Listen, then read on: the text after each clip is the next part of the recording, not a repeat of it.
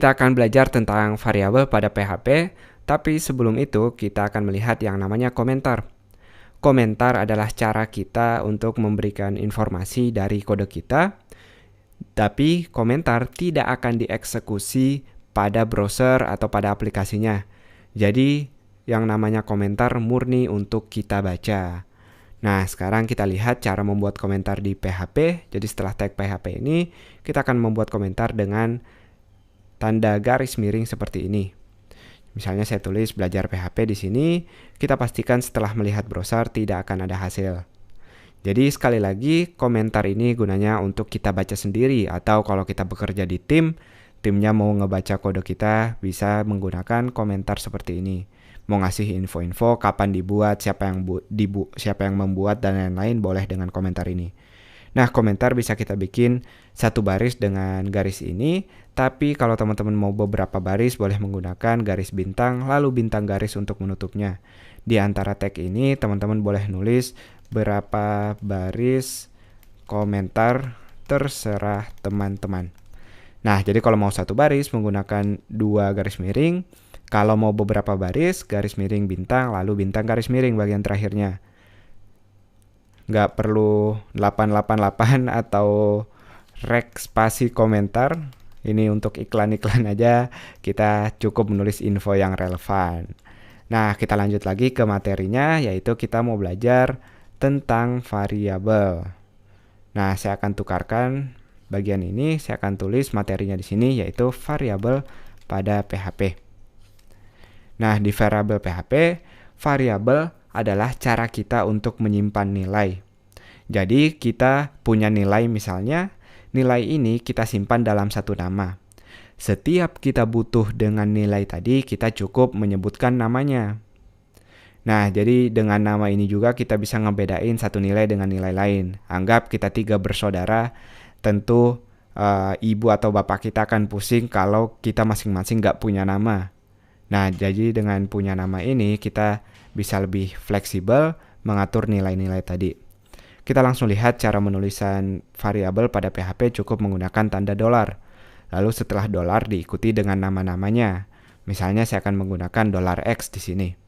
$X kita sama dengan sekolah coding. Kita menulis teks di dalam tanda petik seperti ini. Lalu misalnya kita butuh variabel $X ini. Kita tinggal menggantikan di mana ada tulisan sekolah coding dengan $X seperti ini. Kita lihat kalau di browser masih hasilnya sama.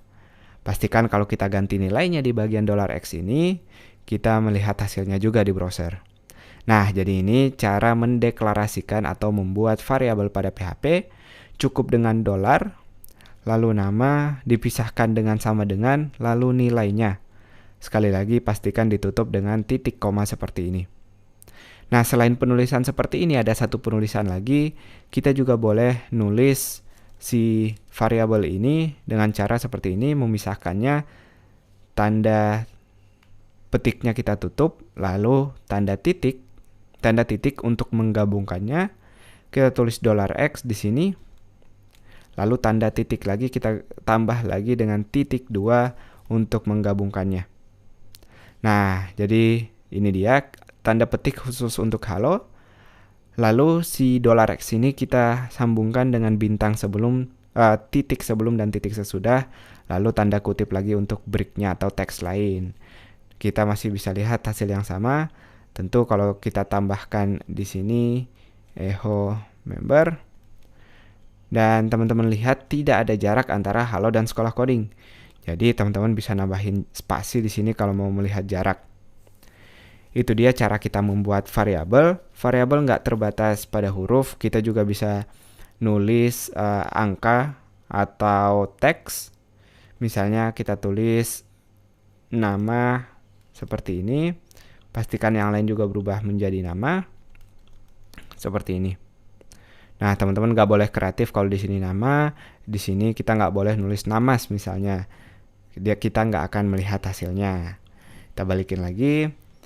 Sekarang kalau misalnya teman-teman mau angka, kita tes dulu. Saya akan tulis $, lalu 1, 2, 3. Kita tulis sama dengan teks di sini. Lalu $123-nya coba kita print. Kita tidak akan melihat hasilnya atau dia error di sini. Kenapa? Karena kita nggak boleh nulis nama variabel dimulai dengan angka. Kita harus mulai dengan huruf, setelah itu baru angka, ini boleh. Tapi kalau cara tadi yang sebaliknya nggak boleh. Jadi nggak boleh dimulai dengan angka, harus dimulai dengan huruf. Nah, kalau kita tes lagi dengan N123 ini, apakah kita bisa melihat hasilnya? Jangan lupa bagian member kita tutup dengan titik koma. Ini dia, kita berhasil melihat teks dan juga si sekolah coding ini. Jadi sekali lagi, kita nggak boleh mulai variabel dengan angka, tapi harus mulai dengan huruf, atau satu alternatif lain, teman-teman boleh menggunakan underscore di sini. Nah, jadi dengan underscore kita bisa melihat hasil yang sama. Saya tulis teks baru agar kita melihat perbedaannya ketika saya reload pada browser.